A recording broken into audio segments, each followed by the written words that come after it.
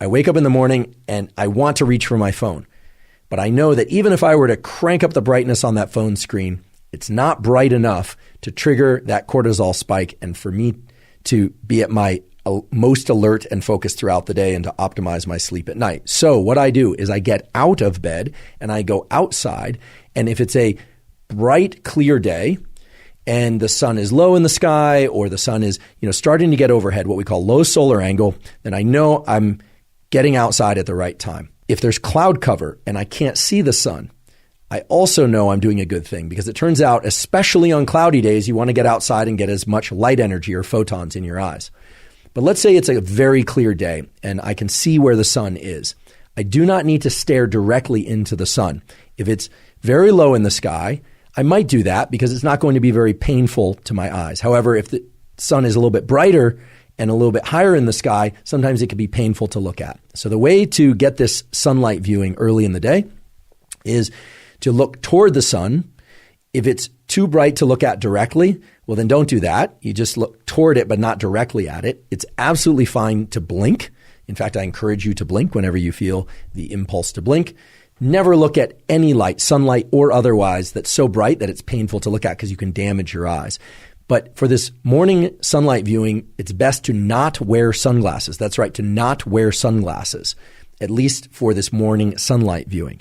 It is absolutely fine to wear eyeglasses or contact lenses, so-called corrective lenses. In fact, those will serve you well in this practice or this tool because they will focus the light onto your neural retina and onto those melanopsin and intrinsically photosensitive ganglion cells.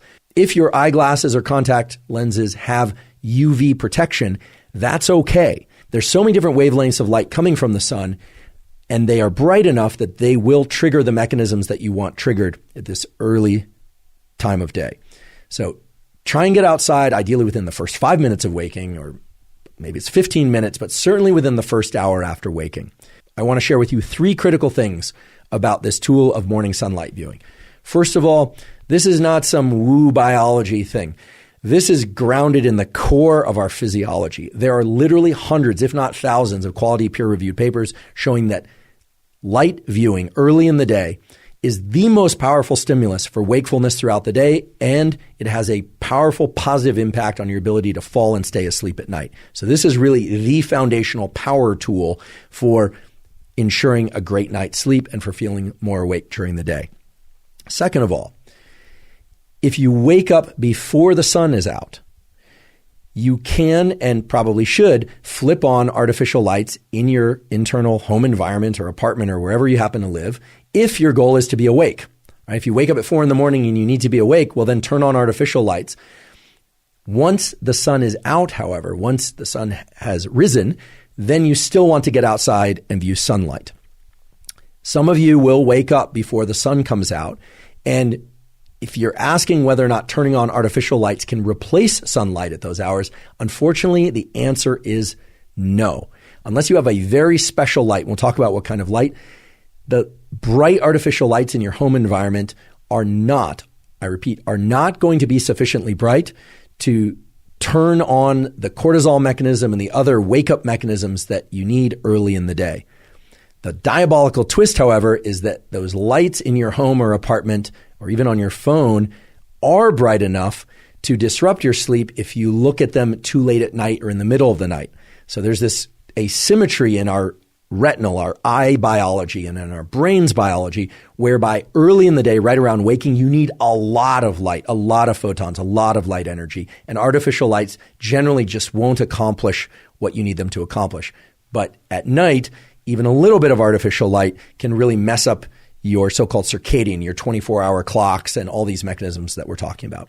So if you wake up before the sun is out and it's still dark, please turn on as many bright artificial lights as you possibly can or need, but then get outside once the sun is out.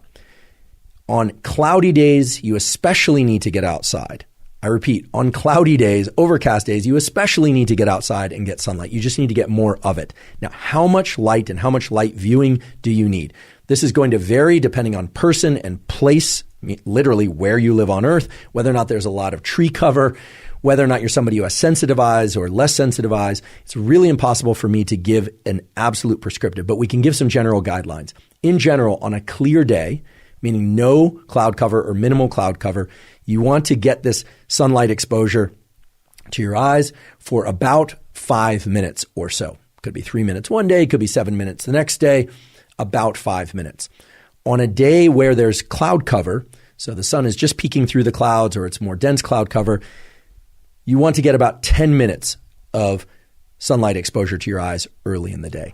And on days that are really densely overcast or maybe even are rainy, you're going to want to get as much as 20 or 30 minutes of sunlight exposure.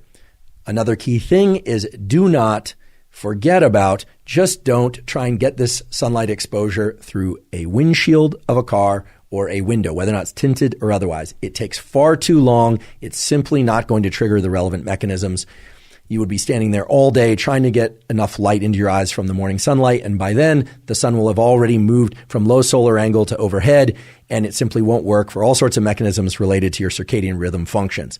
So just don't try and do it through a windshield, sunglasses, or a window.